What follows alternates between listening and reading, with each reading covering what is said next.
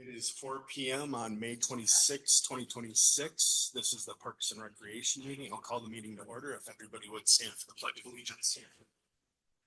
I pledge allegiance to the flag of the United States of America and to the republic for which it stands, one nation, under God, indivisible, with liberty and justice for all. Roll call, please. Clark is absent and excused. Lopes Araro. Here. Easter. Here. Pedro. Yep. Item number 4, approval of minutes from the previous meeting, April 27th, 2026.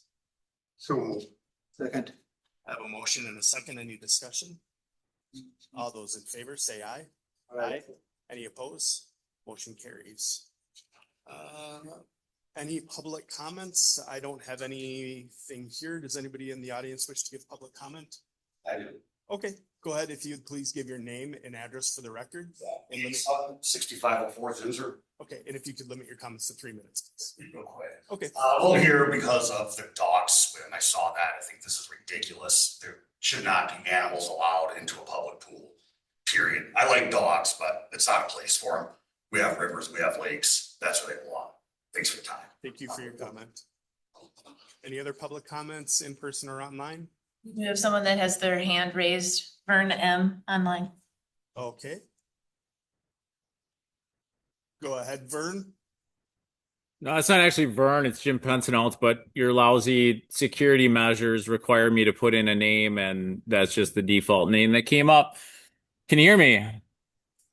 Yes. Yes. Outstanding. Okay, good evening, Jim Pensonault, 5002 Arrow Street, Weston. Once again, I would like to express my dissatisfaction with this body's decision to hold this meeting at 4 p.m.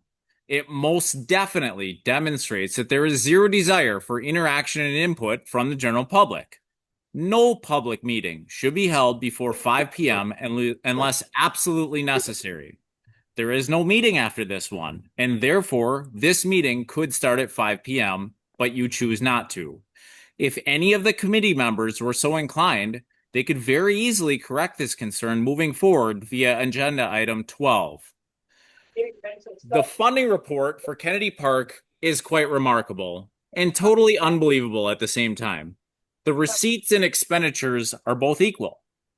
The fact that exactly $8,700 was the cost for bases, mats, mounds, and eye screens seems just too coincidental. Not a single penny deviation from $8,700. I will do a formal records request, but this just seems like we're simply rounding to get a close number. What about the other money? Where is it? In Director Osterbrink's report, it shows a $10,000 grant was received. None of this money is in the receipts line. There was money raised from the Glow event. Where is it? We have no actual post-event report for this yet. Where is the post-event report? There was supposed to be money raised for the lighting. Where's that money? I think the numbers presented are extremely convoluted and misleading. It is not at all an accurate representation of the actual money raised, the money spent, and where the funding sources are. I do not understand why there is such a lack of cooperation and hesitation from the Friends group to actually share the finances of this project. What is so secret? Will they actually be presenting financials at some point? Or are the Friends of Kennedy Park maybe frauds of Kennedy Park because they won't actually tell us where the money went? Thank you. Thank you, Vern. Is there anybody else online who wishes to give public comment? Dino Carvino is currently unmuted. I'm not sure if that means he wants to provide public. Dino, are you wishing to give No, public? sorry. All right. Is there anybody else online that wishes to give public comment? All right. Written comments. I don't have anything. Do you have anything? All right. Educational presentations and reports. Item number 7, Kennedy update.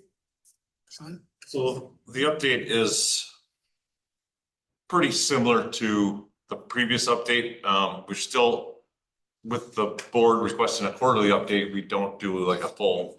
I'd like to include if anything new has happened under the construction portion of it, or if there's anything added, in the meantime to my report, basically is what it is. So we did do an RFC this time. for the update besides my report, because we wanted to do that timeline that has been requested. So where is Kennedy Park? Where did it start? You know, what was the path and the timeline for that? That was requested at the board meeting. And then last month it was brought up again that we hadn't prepared anything. Our goal was to have something for the quarterly update that the board has requested. But we did put one together because we knew there was going to be a Kennedy Park update tonight on our agenda. So Mike and I worked on the dates. He put together the nice graph and found some additional information that has been included. So it literally goes through the start of the process when the corp was approved to be done, updated, and then the board approved it.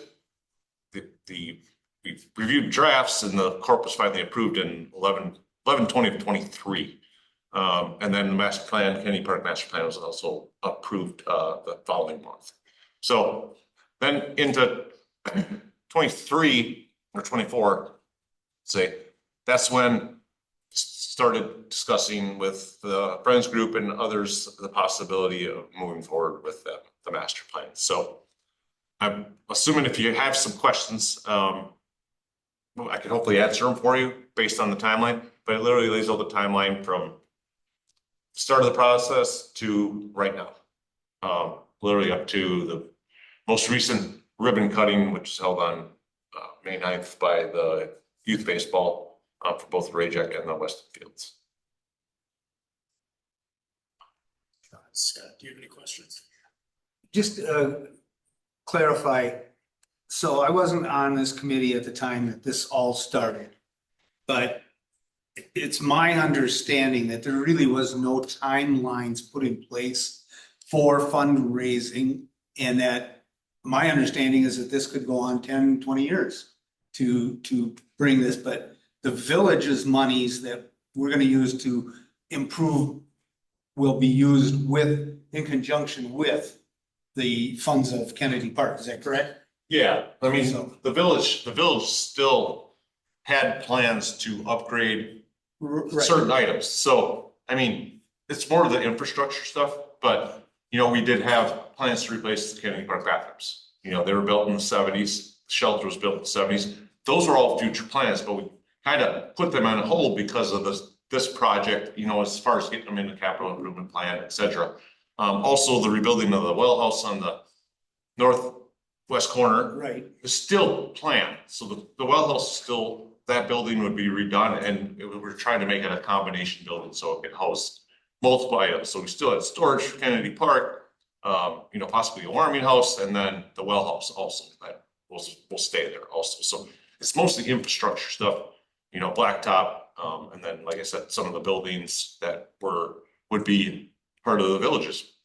Regardless, the village, if we want to redo the shelter, we would be doing it. We wouldn't be fundraising for it. So it kind of makes more sense the way the village is doing it, that they're utilizing taxpayer dollars in conjunction with those that are being raised by these outside groups, which there's no real timeline. I don't. Yeah, the project was, you know, cost was 14 point, I think it was 14, something like that. That was the entire project. That was with all that other infrastructure. The village talked about being responsible for approximately half of that. So 7 million of it, as far as, you know, the construction of all those, or redoing some of those facilities.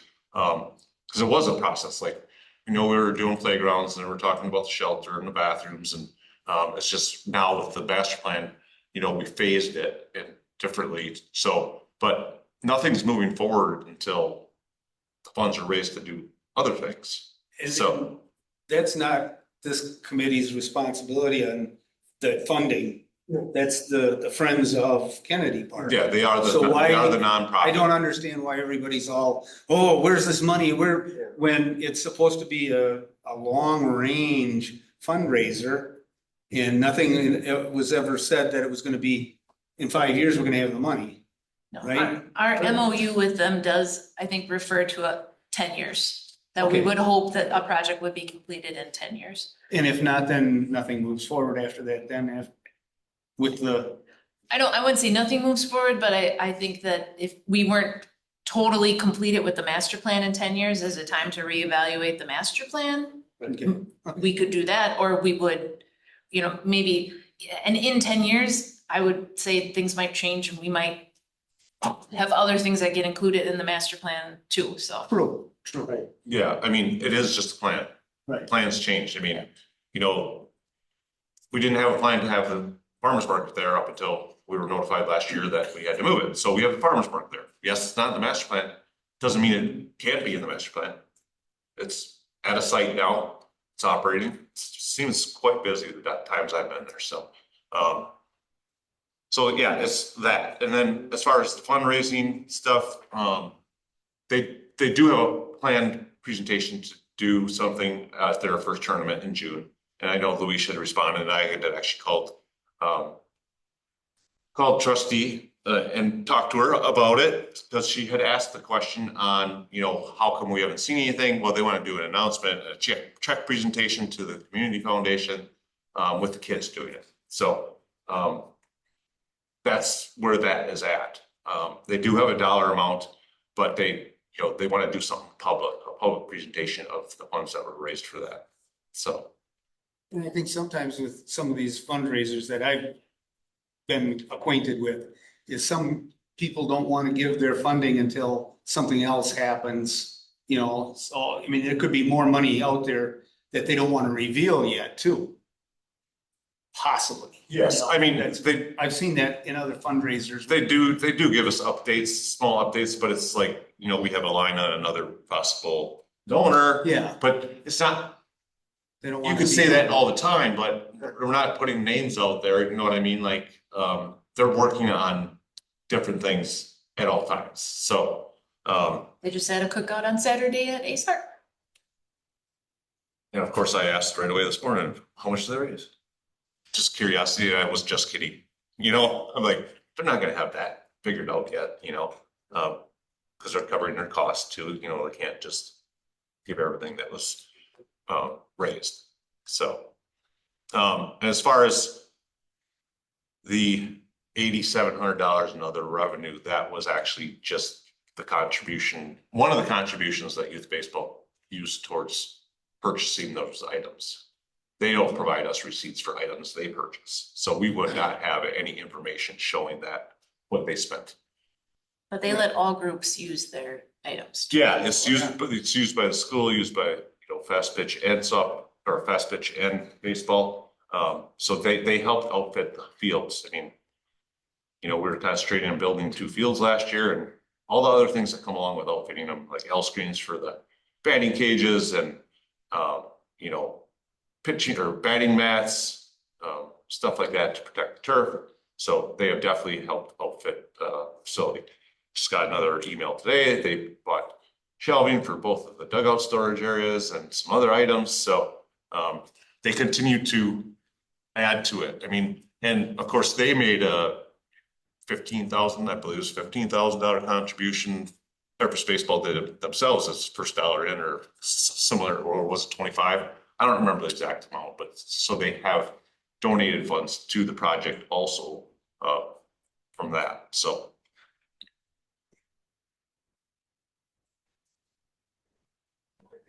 Perfect. So is it fair to say that there are village dollars, capital dollars, whatever, that are earmarked for projects at Kennedy Park that have not been constructed yet? Not at the moment, because we basically pulled those items out. Okay. Because of the Kennedy Park project. So we're waiting on any of that construction of. Well, we know they're fundraising right now strictly for the lights on the upper field. Yeah. So, I mean, their goal right now is to reach the 117,000, I think it is, for the lights. They had the 85,000 at the community foundation right now. We know they held the Globe Games, just had another small fundraiser. So, I mean, they're probably close to 100 now. So, I mean, I could foresee them getting the funding for the lights this year. And then move on to the next phase of planning, because the other thing they found out is small goals are better than big goals, because when you go in and you ask for $500,000 for a field, it's a little easier to go in and ask for, say, 100,000 for lights or 60,000 for dugouts. Not, you don't go for that one big ask because, like you said, other contribution, other people like to see, oh, they're putting in 50. Well, I could probably do 50 too, instead of that big time donation, And we were very fortunate that the Raycheck family, gave 500,000 for the field, and then Merrill Iron Steel gave another 30. So.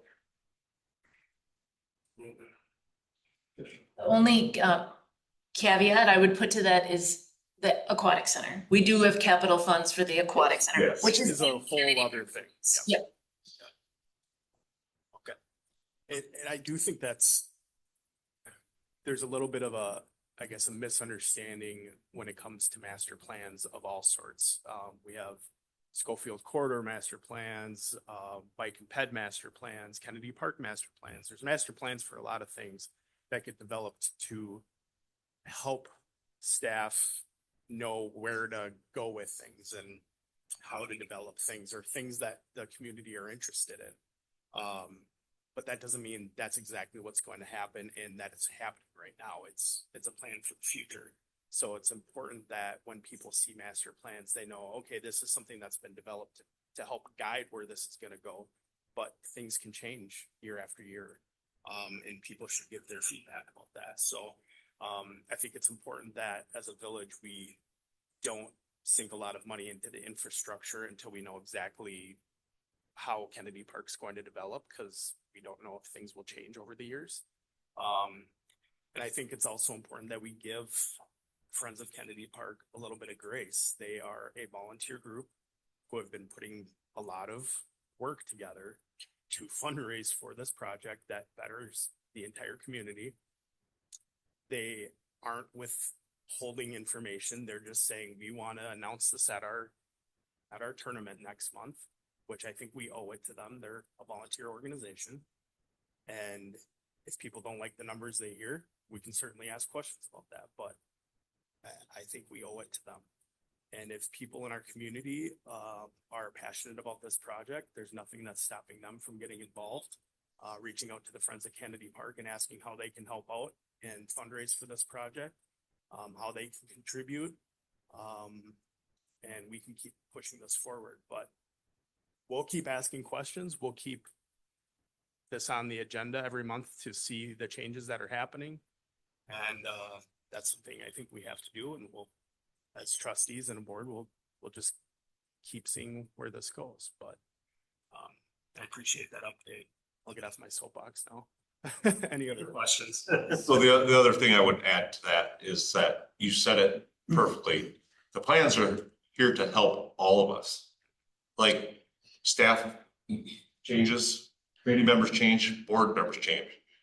And if they came in every 2 years or every year with different ideas, then you have this plan, and it's, like I said, it's not, that's what we're doing for sure, but it would help guide from year to year. And if things change, fine, but do you want things to change every single year throughout the process? This is a 10 years, like how many of us will still be in which position, you know what I mean? And making sure people see that document, see how we move forward with it. Okay, very good. If nothing else, then we will move on to item number 8, which is the Yellow Bank Disc Golf Course update. So as requested at the last meeting, wanting to see the actual location of the trees.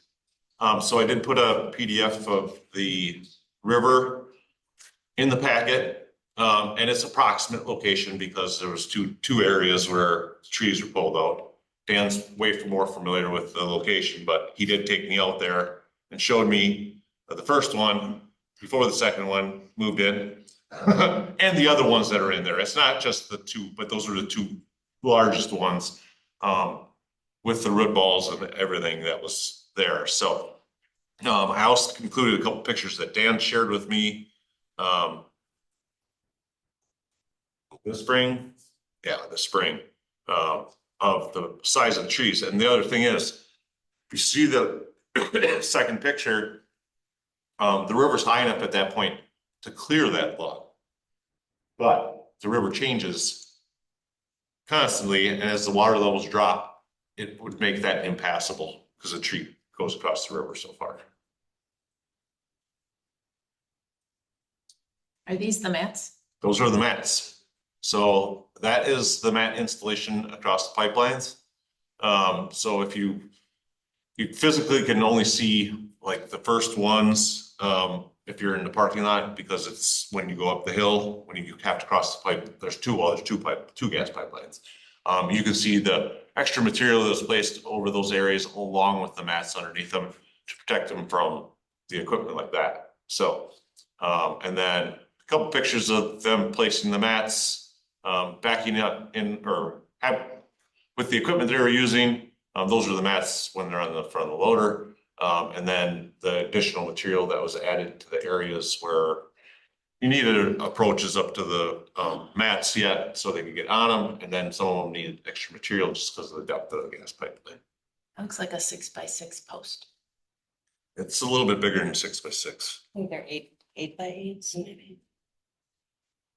And they're made kind of with those notches, and then they have a lifting spot in it. As you saw, he had like a ring in there and he was able to move it with the excavator. They made quick work of it, that's for sure.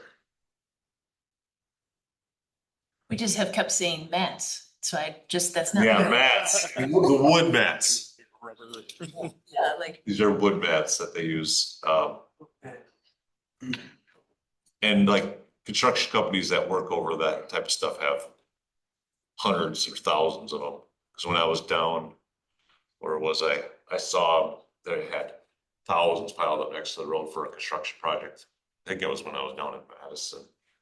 So. ATC uses those when they go through wetland areas too with their equipment. Power company. Yeah, you see them always by the power line areas when they're mowing or doing work there. And ATC did, but ATC now is TC Energy. Oh, that's right.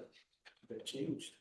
And it used to be A&R Pipeline before that, but yeah, so literally it's 3 different companies since we've dealt with, but it's all same company.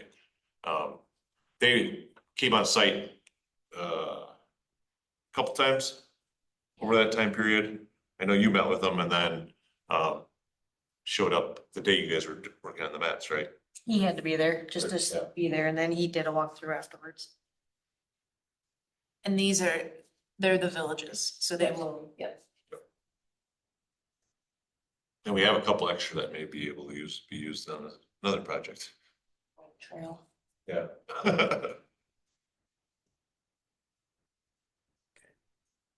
Is there anything else you wanted to cover in that? No, that should be good. Any questions? We do not have any unfinished business. New business item number 9, discussion and or possible action on Dog Day at the Aquatic Center.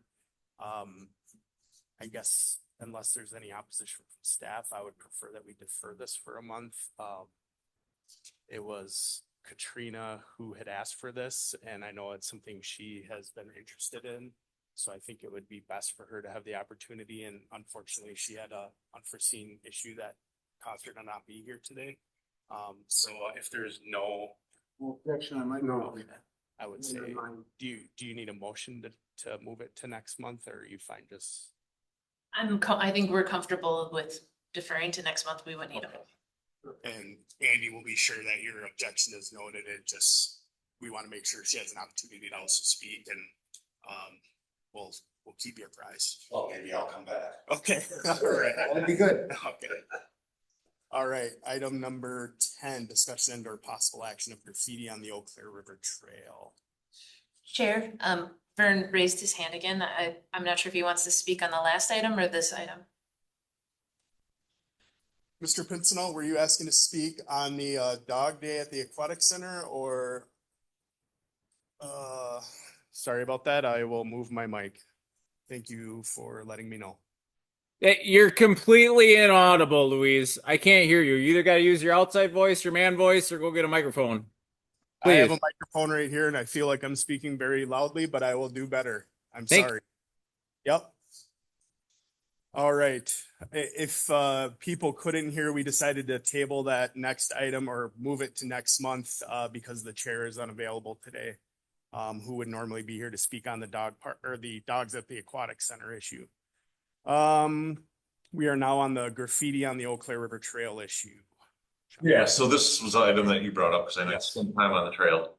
And we didn't really discuss it, but I want to address how we typically do it. So we have challenges removing graffiti from the concrete. We have multiple, and I've tried multiple different types of graffiti remover to try to do something down there.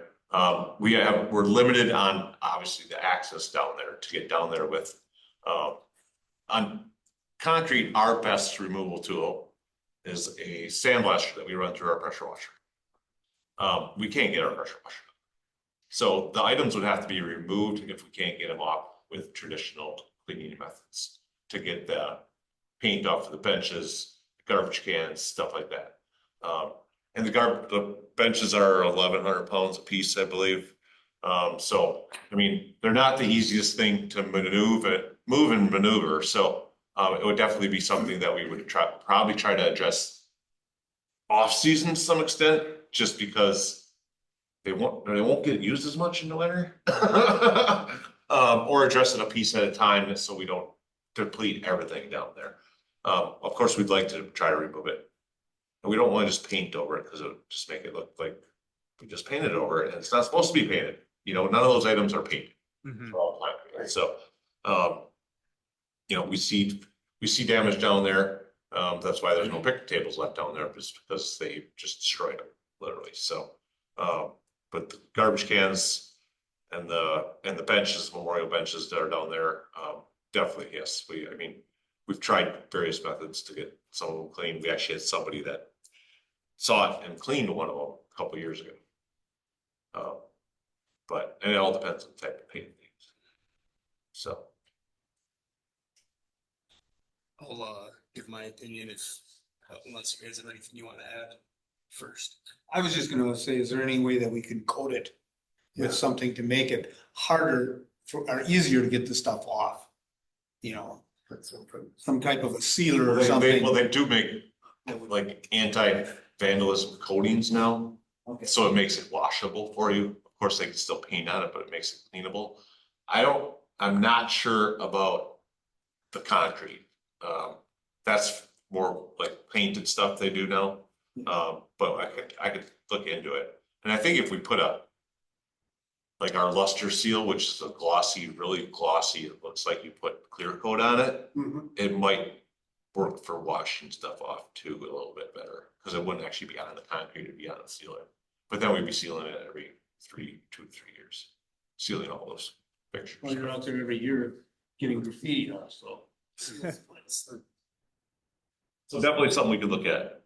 So I've seen over the past season, especially we've brought some heavy equipment back there for like the logging and the plowing of the trail. So with that equipment, we still wouldn't be able to get the pressure washer back there. Well, that's the other thing, pressure washer in the winter. But I mean, as far as Well, like, during the season, That's the only reason we were able to get back there is because because it was frozen. it's frozen and we built snow bridges to get through the ditches where the bridges are. So everything would be too soft. Yeah. So, and those ditches are very Pretty steep. very steep. So Yeah, I was impressed you got through there. I literally built snow bridges across the first 2 bridges to get in that far to be able to do that work. I mean, the bridges are 8,000-pound bridges. Yes, we can drive our pickup trucks across there, but our pressure washer's on a tandem axle trailer and it's wider than the vehicle. And we have to fold the mirrors in to get the trucks through. Yeah. And it's only pickup trucks. We can't get 1-tons across the bridges. So, How did the benches get out there to start? we can get the benches out there. We use a skid steer with forks on it. But that's like I said, we can move them out. It's just you know, you don't want to take them all away. And then all of a sudden, well, we don't really have time to do them now. You know, maybe it's taking one at a time when we have the ability to get down there and grab one, bring it back, you know, do what we can with it, and then, you know, swap it out for a different one. I certainly don't want this to become like a burdensome task for you all. But I do think, especially when it comes to the memorial benches and stuff, it'd be nice if we could have a somewhat cleaner appearance to them. There's one in particular that it doesn't even like look appealing to sit on because of not only the graffiti, but just, you know, how dirty they get over the season, which is understandable. You know, in the woods. Yep, totally understandable. That's not the kindest climate down there by the river. And we could definitely look at something probably for just washing purposes, something smaller. You know, it's just having access to water. Also, we have just a gravity feed water tank. But we may be able to figure something out and, you know, be able to actually at least pressure wash them off to get the moss off and the, you know, the mold. Yeah. Yeah, I guess I'm not recommending that we make any official action, but I guess if you're able to see if there's anything as staff that might be a decent plan for at least some cleaning and stuff, and then we can see how things improve or change, and then if we need to come up with a funding plan for anything more intense, we can always discuss that further. That sounds. Is there any opportunity for some, I feel like a lot of people really love the trail, and I think if we said we were gonna have a work day, if they wanted to come help, even put the seal coat on it, I think people would come and do that, because I think people really appreciate the trail. I would do it 100%. The trail gets used heavily. Everybody that worked down there knows how busy that trail is. Yeah. Like, you can't just go down on this desolate trail and do your work with your big equipment. You have to watch for people walking dirty constantly. Understanding volunteers can't carry the benches out, but I think there would be opportunities where people would assist. That's how we got most of the benches and the big tables and the garbage cans out there was a volunteer team building day with the directors. Boss all around. Yeah. Yeah, she was the boss. Jess was the boss and she had all the directors down there. Yeah, and even if there's any groups that are looking for volunteer opportunities, Boy Scout groups, local businesses, I don't know, I'm just going off of what you said, but kind of like we have the Friends of Kennedy Park, there's a lot of obviously state parks that run and do a lot of maintenance and projects based off of volunteers that enjoy the parks and want to help out, and yeah, I don't know where I'm going with that, but maybe there's an opportunity there that we could discuss something and see how we could. But I think before we would seek that kind of help, we would want to know what actually we're going to do to improve it. So, yeah. So, okay. Good talk.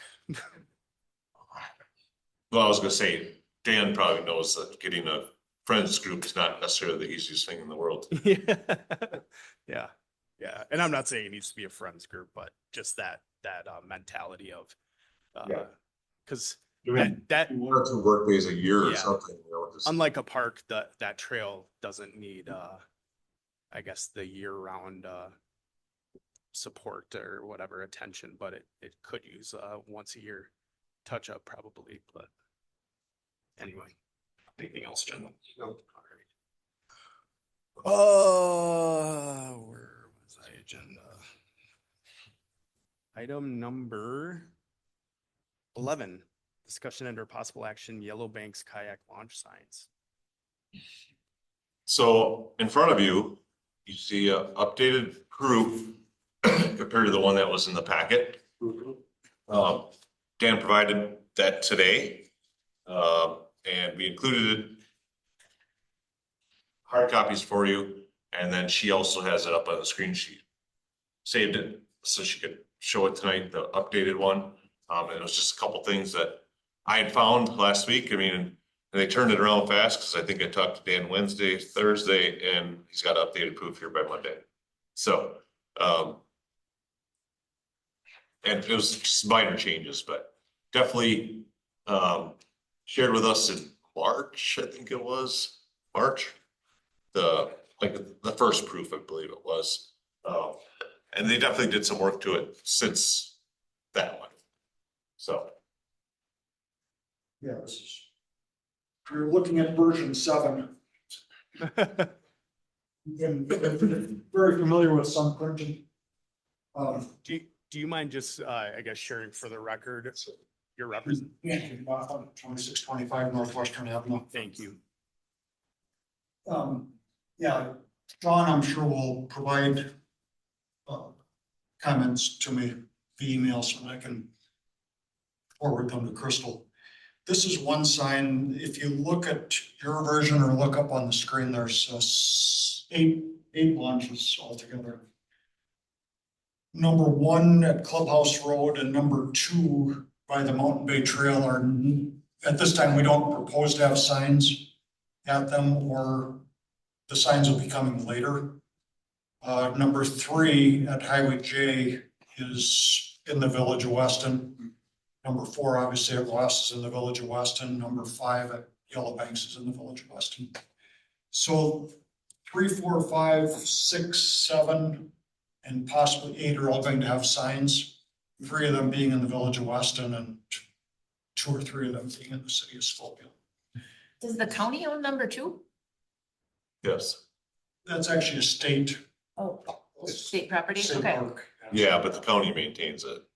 And they don't really maintain it, but I did get some feedback after the tornado went through. They're like, did we always have a building there? Well, a building blew into there. Yeah, I was like, there's no building there, there's a porta potty. So I don't know the condition of it right now, but So does the county actually have maintenance responsibilities for that, or is that? yes, state? they do, because they maintain the Mountain Bay Trail for the state too. So, Well, someone mows it, and there's a little parking area there, and there's a porta potty. yeah, the county takes care of that stuff. Yeah, so I actually have a call into the state to the DNR about pulling some logs out of there that tipped into the river and on the trail is not accessible right now. And I don't know how accessible the river is. I mean, we took a drone out there on Saturday or Sunday and looked at the river, and it's actually not as bad as a person may think, but there'd definitely be some challenges getting through. So when we put up these signs, because these signs are kind of all inclusive,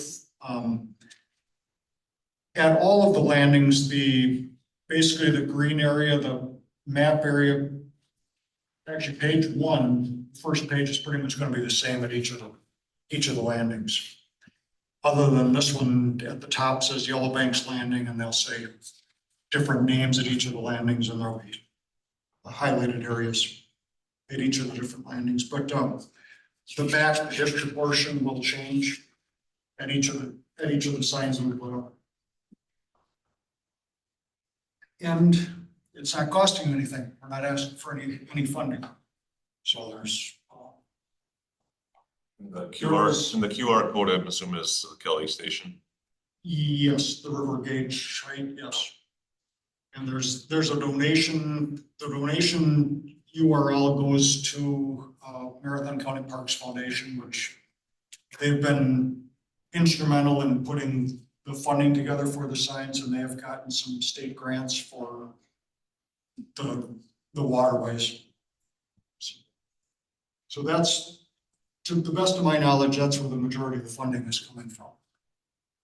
So we're just looking for, and the Village of Weston is going to be putting up the signs within their parks. So we're not responsible. All we're going to do is provide the signs. Really, that's what we were going for, was just making sure that the village is okay with us installing the signs.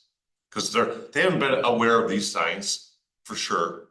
As far as through the process, because it's been a long process, like you said, but making sure that they like the signs, and then we'll allow staff to install. So. So anyway, this is the first, or this is kind of getting close to the final rendition of this sign, and then we'll provide you with the history area of the future sign, of the other signs as well. And along with that, if you weren't aware, the Highway J one launch will more likely be closed for the whole season because of the replacement of the Highway J bridge. You can still access from this, oh, you can. Our access is on the east side, and the Highway J bridge is going to be replaced. So the state has asked if they should shut down the waterway. I said, oh, if you can't safely navigate underneath the bridge structure, they're gonna end up closing it down. Okay, perfect. No, I'm glad you told me that. So, yeah, if it was on the other side of the road, not a problem, but we also encourage them to at least notify the people up at Clubhouse. You know, yes, you can pull out at J, but you won't be able to make it past that. So if they just go there and make plans, and then all of a sudden they figure out they can't make it past J, then what do they do? So, but We should probably put up a sign at Clubhouse. yeah, and like I said, I did notify the state when they contacted us, stating that you should probably contact Ringo about the Clubhouse too. And when is that being closed down, or when are they starting construction? But we don't know. Michael was on the county website yesterday, and they don't have a start date specified, just stating that these are the bridges that will be replaced This morning. We this looked season. this morning. Yeah, this morning. They didn't have a- Sorry, I still feel like it's I Monday know, it's a confusing. or Tuesday, yeah. So, Make it a little bit wider. so History will be the same on all three signs? No, Okay, so the history will be sort of specific it's to gonna be this. site specific. Okay, And these signs will be going then where the launch is. Yeah, I guess that's up to the village, where we're up to the park.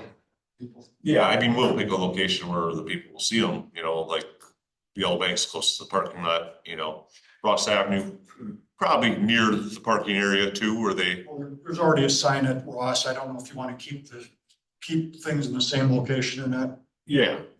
But I mean, we could put it where people will see it, like they pull in the park and Yeah.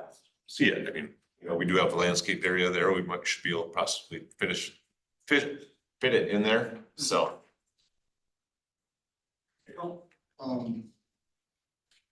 Yeah, I guess as these signs come through, I'll forward them to Sean, and Sean will probably forward them to you. And if you have any comments on the history or on information on the signs, let Sean know. They look great. Anything else? thanks, Dan. All right. do you want any motion on that? Just maybe a, I would, The installation. yeah, I mean, so you're okay with these signs? I mean, they are similar to the Great Pioneer Heritage Waterway ones. Yes. I mean, it literally, if you didn't have changed the header, you probably couldn't tell the difference between them. So, because I saw those when they were working on that process too. So, Do we wanna approve this and send it on to the village board for approval? Or if you, I think that would be, yeah, Yeah, so I think a motion to approve the village installing the signs would be appropriate. make that motion? Second. Motion and a second. Any further discussion on that? With that, everyone in favor, please say aye. Any opposed? Motion carries. Future items.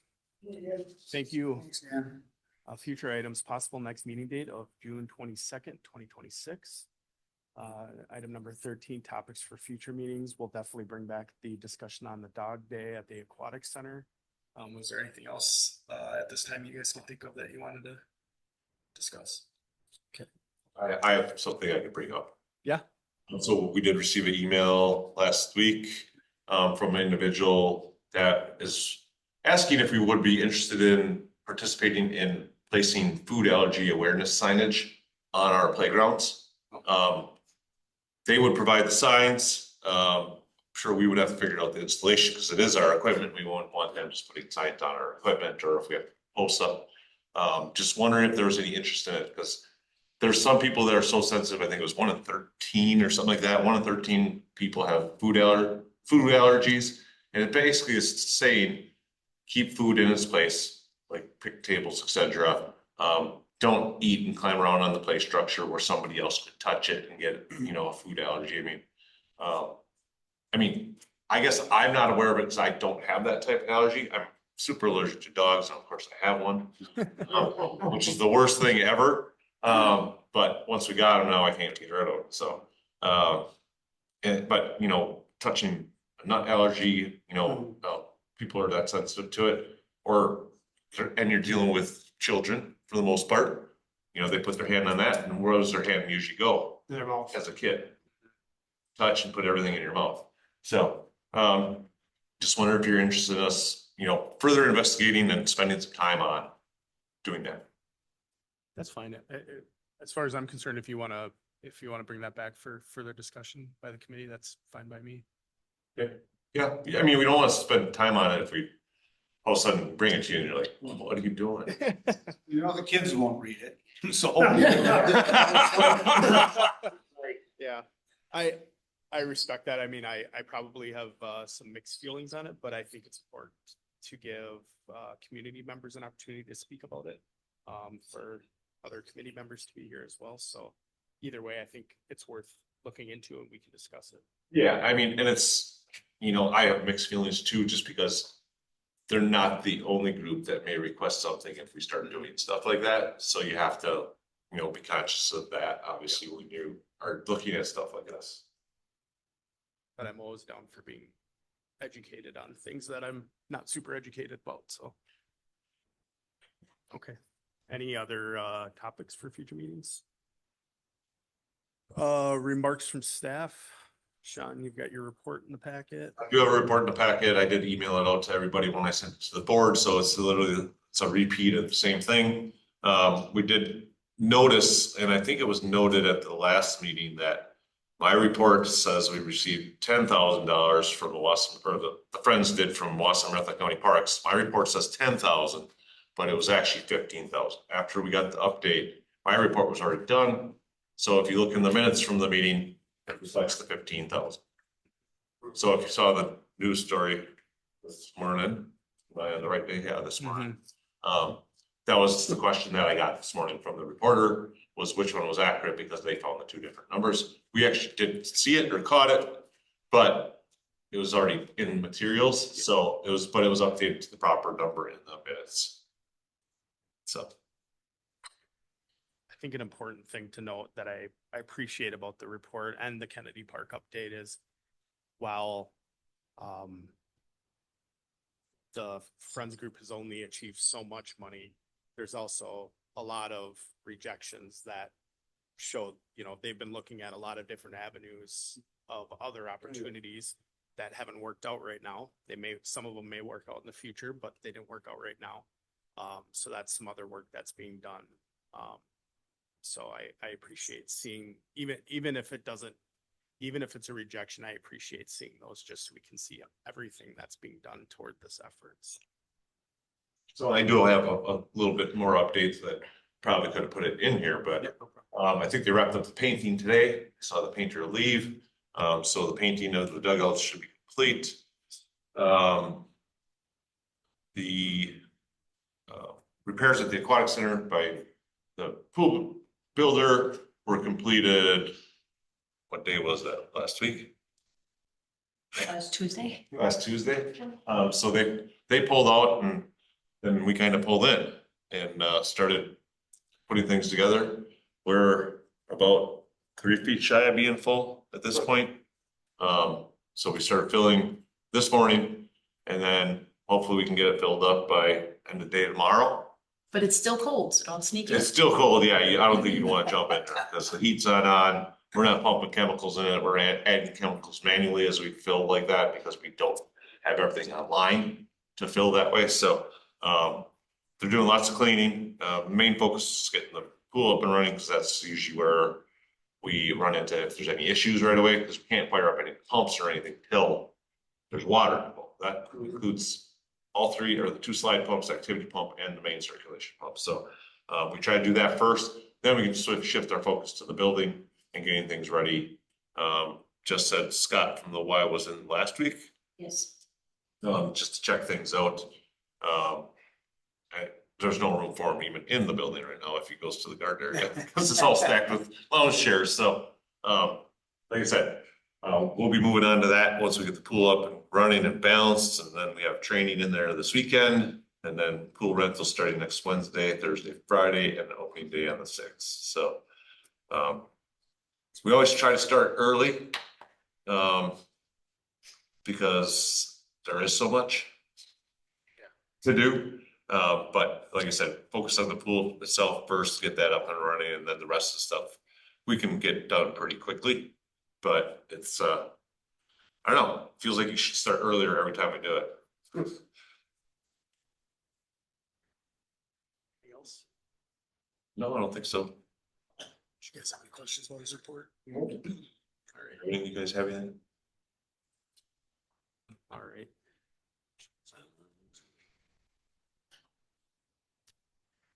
Remarks from committee members. I have nothing. Again, I don't know the best place to discuss the farmer's market, if it's here or what committee. I did finally have an opportunity to go there now that I got home and saw how things were operating, and it was really, again, every day out there's probably a little bit different than from one of the others, but it was nice to see how things were operating, to see a lot of people out there enjoying the park on a nice day. I did email about a question about the picnic tables when I drove past there after the next day. I did see all the tables over there. I think people just don't see them because they're behind the food trucks. But I did see that. So, but all in all, it was really nice just walking around the park on a really nice day the other day and looking out, seeing the community center, seeing the aquatic center, seeing the creek, seeing the path. Like, that is a beautiful park and such a unique thing that I'm glad we have in this community. And I hope that we continue to take care of it and develop it however it's going to develop over the next 10 to plus whatever years. But I encourage people to keep going out and enjoying that park and staying engaged. So, announcements, I don't have anything. The only thing I have is that we'll be starting the master plan process for Mockmiller. Of course, I kind of forgot to say it initially, but we have been in contact with Rettler. We're hopefully, I responded to them next Tuesday. We'll do a kickoff meeting with staff. It'll just be a virtual one. We will just to lay out the timeline, et cetera, for the process, and and then we can get some dates on the calendar for committee involvement, public involvement, et cetera, when those meetings will take place. So we'll have some stuff to do this summer besides the regular meetings. Love to hear it. June 11th is our last open house for the bike and pedestrian plan, and that'll be in the training room here. June 11th from 5 to 7. Nice. And the dates for all the tournaments are in my report too, so if you want to take a swing by at baseball weekend, I know Scott spends some time over in Kennedy on both fields. The best opportunity to eat your way from one side of Kennedy. Don't use hot water to wash your jersey. All right. Granddaughters. If there is nothing further, then I'll take a motion to adjourn. So move. I'll second. I have a motion and a second. Any discussion? All those in favor say aye. Aye. Any opposed? We are adjourned at 4:53 PM according to that clock. Thank you.